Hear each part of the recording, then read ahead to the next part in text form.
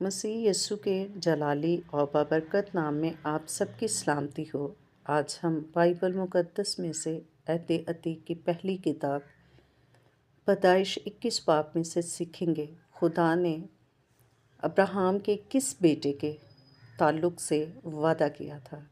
کیا لونڈی ہاجرہ میں سے جو اسماعیل پیدا ہوا تھا، یا سارہ جو اس کی بیوی تھی اس کے اسحاق بیٹے کے تعلق سے وعدہ کیا تھا؟ آئے ہم سیکھتے ہیں آج۔ اور خداوند نے جیسا اس نے فرمایا تھا سارہ پر نظر کی، اور اس نے اپنے وعدے کے مطابق سارہ سے کیا۔ سو سارہ حاملہ ہوئی، اور ابراہم کے لیے اس کے بڑھاپے میں اسی معین وقت پر جس کا ذکر خدا نے اس سے کیا تھا اس کے بیٹا ہوا۔ اور ابراہم نے اپنے بیٹے کا نام جو اس سے سارہ کے پیدا ہوا اسحاق رکھا۔ اور ابراہم نے خدا کے حکم کے مطابق اپنے بیٹے اسحاق کا ختنہ اس وقت کیا جب وہ 8 دن کا ہوا۔ اور جب اس کے بیٹا اسحاق اس سے پیدا ہوا تو ابراہم 100 برس کا تھا۔ اور سارہ نے کہا، خدا نے مجھے ہنسایا اور سب سننے والے میرے ساتھ ہنسیں گے۔ اور یہ بھی کہا کہ بھلا کوئی ابراہم سے کہہ سکتا تھا کہ سارہ لڑکوں کو دودھ پلائے گی، کیونکہ اس سے اس کے بڑھاپے میں میرے ایک بیٹا ہوا۔ اور وہ لڑکا بڑھا اور اس کا دودھ چھڑایا گیا۔ اور اسحاق کے دودھ چھڑانے کے دن ابراہم نے بڑی ضیافت کی، اور سارہ نے دیکھا کہ ہاجرہ مصری کا بیٹا جو اس کے ابراہم سے پیدا ہوا ٹھٹھے مارتا ہے۔ جب اس نے ابراہم سے کہا کہ اس لونڈی کو اور اس کے بیٹے کو نکال دے، کیونکہ اس لونڈی کا بیٹا میرے بیٹے اسحاق کے ساتھ وارث نہ ہوگا۔ پر ابراہم کو اس بیٹے کے باعث یہ بات نہایت بری معلوم ہوئی۔ اور خدا نے ابراہم سے کہا، تجھے اس لڑکے اور اپنی لونڈی کے باعث برا نہ لگے۔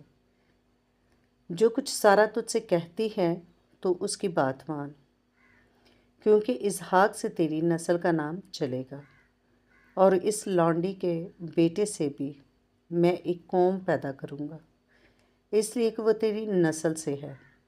تب ابراہم نے صبح سویرے اٹھ کر روٹی اور پانی کی ایک مشک لی اور اسے ہاجرہ کو دیا، بلکہ اسے اس کے کندھے پر دھر دیا، اور لڑکے کو بھی اس کے حوالے کر کے اسے رخصت کر دیا۔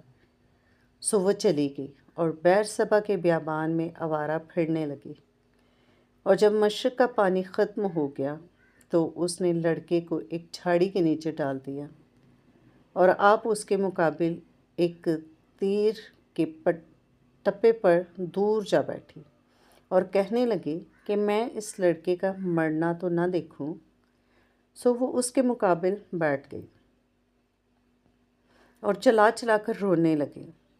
اور خدا نے اس لڑکے کی آواز سنی، اور خدا کے فرشتہ نے آسمان سے ہاجرہ کو پکارا اور اس سے کہا، اے ہاجرہ، تجھ کو کیا ہوا؟ مت ڈر، کیونکہ خدا نے اس جگہ سے جہاں لڑکا پڑا ہے اس کی آواز سن لی ہے۔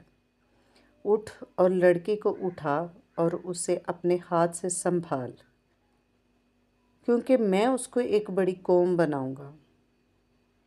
پھر خدا نے اس کی آنکھیں کھولیں اور اس نے پانی کا ایک کنواں دیکھا، اور جا کر مشک کو پانی سے بھر لیا اور لڑکے کو پلایا۔ اور خدا اس لڑکے کے ساتھ تھا، اور وہ بڑا ہوا اور بیابان میں رہنے لگا اور تیر انداز بنا، اور وہ فاران کے بیابان میں رہتا تھا، اور اس کی ماں نے ملک مصر سے اس کے لیے بیوی لی۔